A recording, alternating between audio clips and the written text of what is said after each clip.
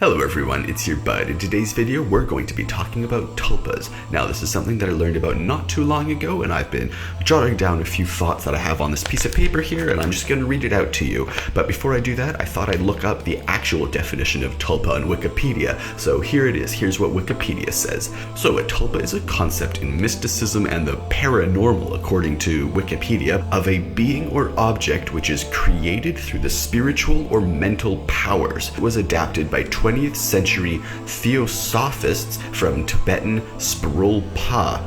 Sprul, one word, and then it's hyphened for pa. And Tulpa means emanation or manifestation. So modern practitioners use the term to refer to a type of willed imaginary friend, which practitioners consider to be sentient and relatively autonomous. Now, that description is all over the place and is quite wrong in a few things.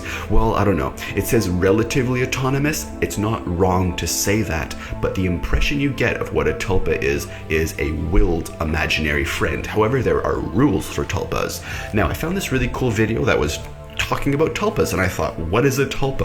I want to learn about it. In the video, they described that tulpas was a Tibetan idea, but the Tibetan idea is spulpa, which is, again, emanation or manifestation.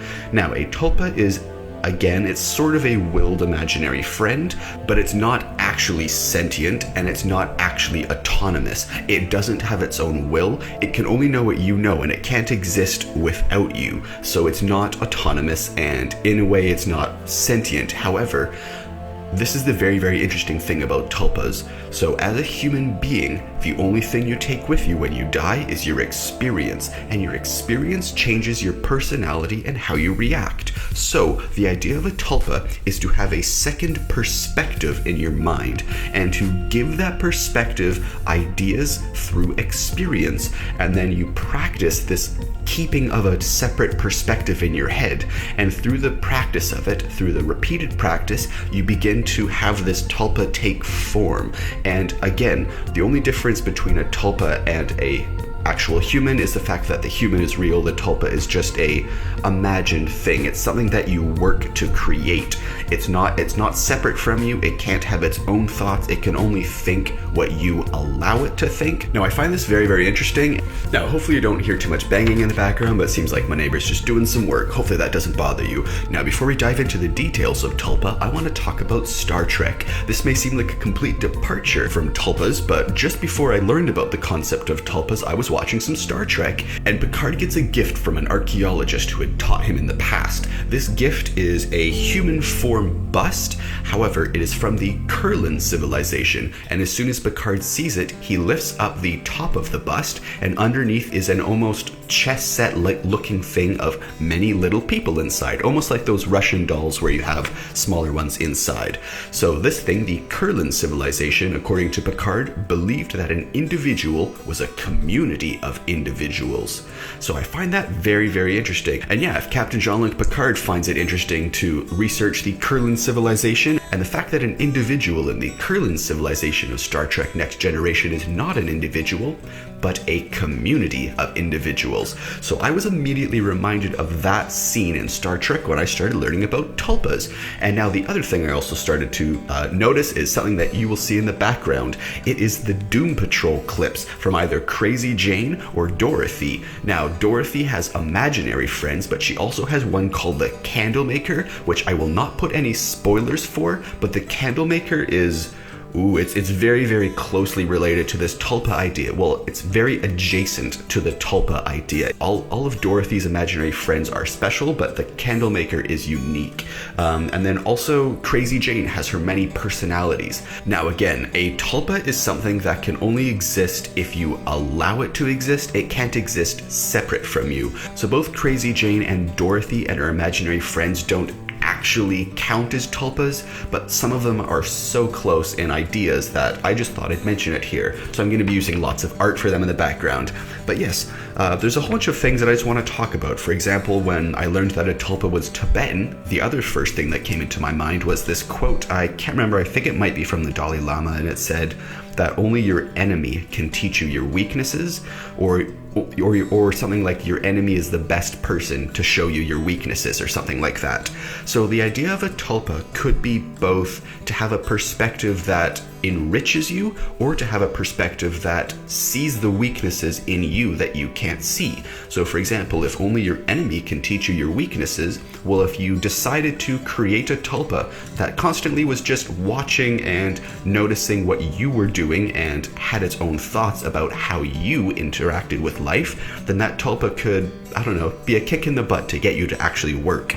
So yeah, all we take with us are memories when we die, and experience is all that we have to make those memories. So if you give experience to a tulpa, it can be something that can teach you your own weaknesses. So just to confirm that tulpas are not actually conscious beings, there's the fact that I think, therefore I am. Now in this form, you could say that a tulpa is able to think. However, a tulpa is a simulation of thought. So it's not actually thought that is separate from you within your own mind, but it's a simulation of it. So I think, therefore I am doesn't really apply. So I find this concept of tulpas extremely fascinating and extremely similar to some practices that I have in my own life. As a disabled person, I don't really have the ability to leave my home and interact with many people. So I've been using the internet to have many different perspectives that I can accumulate within my own mind to remind me of other people. Now, a great way to relate this to you right now would be the Black Lives Matter movement. Now, the Black Lives Matter movement is something that, I don't know, I think it's very, very important to internalize as well as witness. So, for example, if I was practicing tulpas and I wanted to remind myself of other people's perspectives, I could create a new tulpa that would be a tulpa of just the idea of equality, pretty much. And then even if I don't remember the exact words that people have said on the news or clips or things like that, this tulpa that I can create, which again is just experience that it's accumulating, that you're allowing it to accumulate, it can create a perspective that can enrich you.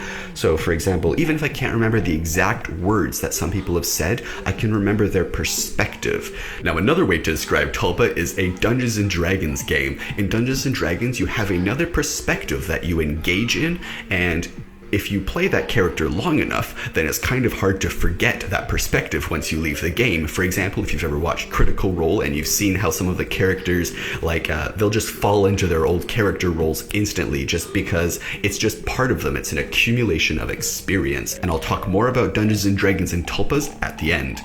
Now, this idea of practicing other perspectives in your mind and keeping them simultaneously running to both enrich you and offer counter arguments and counter perspectives is something that I think is very, very beneficial and something that I try to do personally. I try to constantly update, I guess you could say, a series of tulpas. And the more people's perspectives I can accumulate within my own mind, the more certain tulpas, I guess, would form. Now, I've never actually practiced this idea, as like I said, I only learned about it a little while ago, and I've never really thought about the concept of imaginary friends as beneficial, but this thing about the Tibetan, what was it, Tulpa. So Tulpa was emanation or manifestation. So the idea of practicing another perspective in your mind is something that I almost think is potentially dangerous.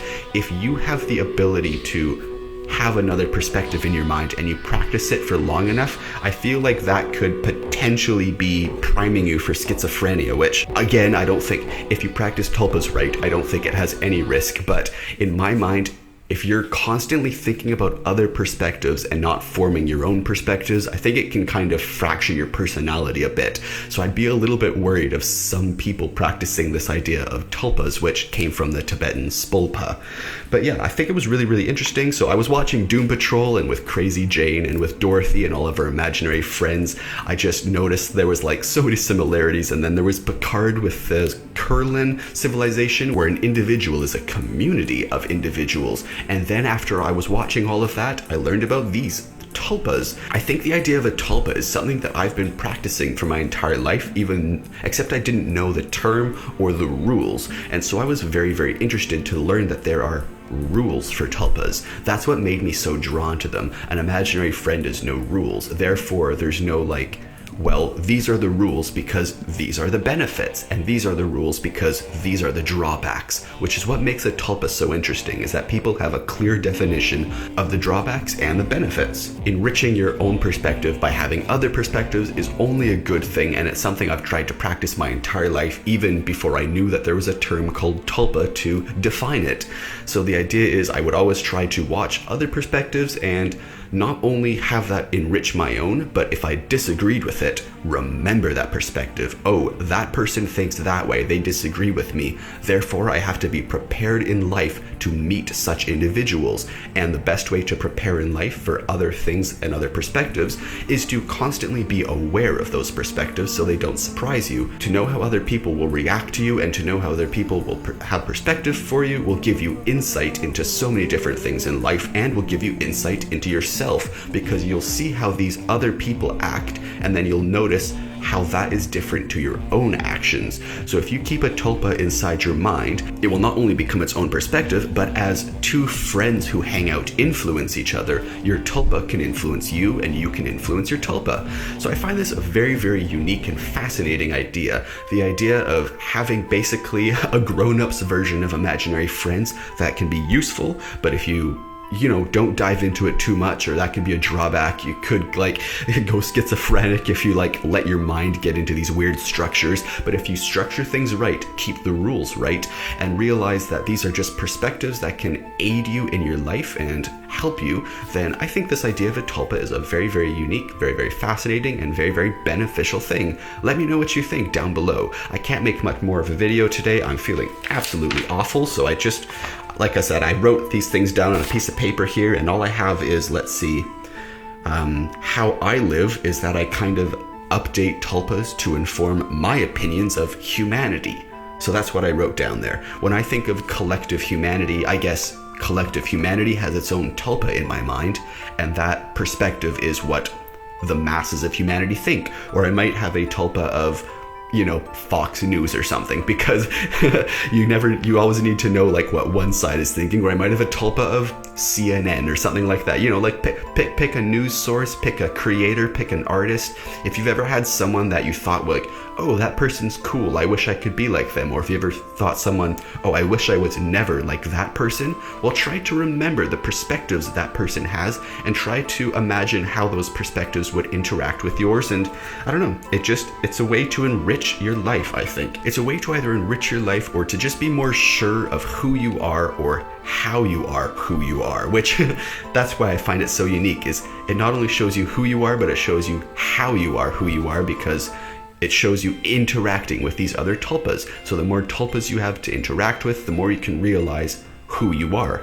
And yeah, I find that very interesting. So I put down on the notes here, Doom Patrol, I just noted schizophrenia and imaginary friends. I guess those are the weak side of this, is the schizophrenia and imaginary friends would be for people that can't handle this, or I don't know, I just wanted to mention it because I assume there must be some people that tulpas are not beneficial for, and having imaginary friends means you're not living in the real world. There's nothing about a tulpa that says the person is not living their life. However, imaginary friends, you don't really think of oh, that's a beneficial thing to your life. And then let's see, enemies can teach you your weaknesses. Yeah, that quote about only an enemy can show you an enemy is the best person to show you your weaknesses. So there's a whole different spectrum of tulpas that you can have in your mind. And I think that's best displayed by Crazy Jane. If Crazy Jane, if her personalities were practiced and not schizophrenic personalities, then she would have many enemy tulpas that would be informing her of her weaknesses. So yeah, experience is all we take with us when we die. We only take our memories with us. And experience, the accumulation of experience, is what makes a person who they are. So the accumulation of experience in a form of a tulpa it's not a person, it's not a separate entity, it can't live without you. When you're asleep, it doesn't exist. However, when you're awake and you think about that accumulation of experience, what's the difference between that accumulation of experience and your actual real life friend's accumulation of experience? What's the difference between having another perspective if it's imagined or not?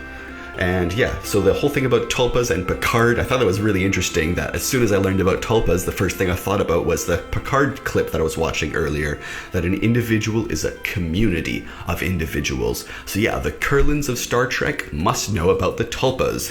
And then yeah, so even though I can't get out of the house, if there's protests like Black Lives Matter, if there's social things going on in the world, I try to inform those opinions into my own mind and have those opinions accumulate more experience to do with them, whether it's activism for good causes or whether it's people having their own opinions for whatever ideas. You can have a tulpa of anything. And do you practice tulpas even though you didn't realize it? When you're about to go out when it's cold and you hear your parents saying you should take a coat with you in your mind, is that a tulpa?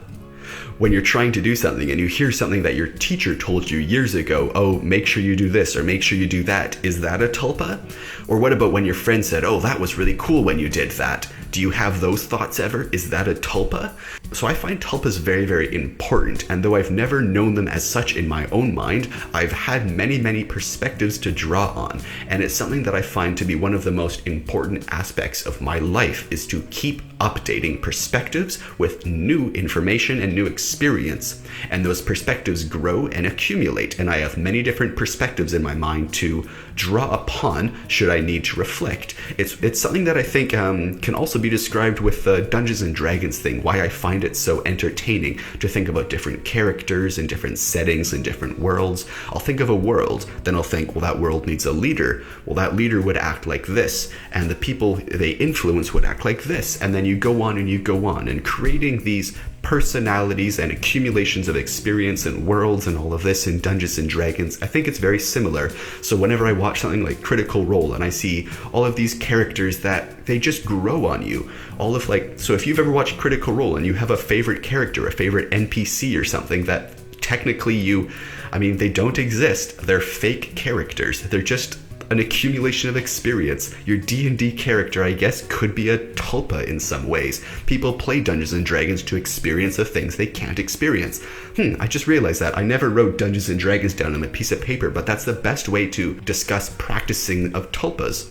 Okay, I'm gonna actually do a little bit right now where I'm gonna put it in the beginning. So, okay, so I just did a little bit to put in the beginning so people know that Dungeons and Dragons and tulpas are related, so they don't have to wait till the end of the video to hear that. But yeah, I can't believe I didn't connect those two things. The idea of engaging in other perspectives in Dungeons and Dragons is almost the first act to creating a tulpa, although that is separate. That's creating an identity for yourself. However, if you play that identity long enough, and everyone's different, so I can't actually say this for sure, but if you play the character for long enough, that character could in a way become a tulpa inside you. So if you're thinking like, oh, this character's a rogue and they're always sneaky and they're always stealing, and you played that character for years and years and years, you would probably have that character's perspective in your mind just in regular life. Even when you weren't thinking it or weren't wanting it, it would probably just pop up every once and now and then. So yeah, it's very, very interesting. And that's as close as I can describe a tulpa. So thanks for watching, everyone. Hopefully you enjoyed this video. A tulpa is a very unique idea that, again, I think it's pretty beneficial if you know how to use it, or it could just be practiced chaos if you don't use it properly.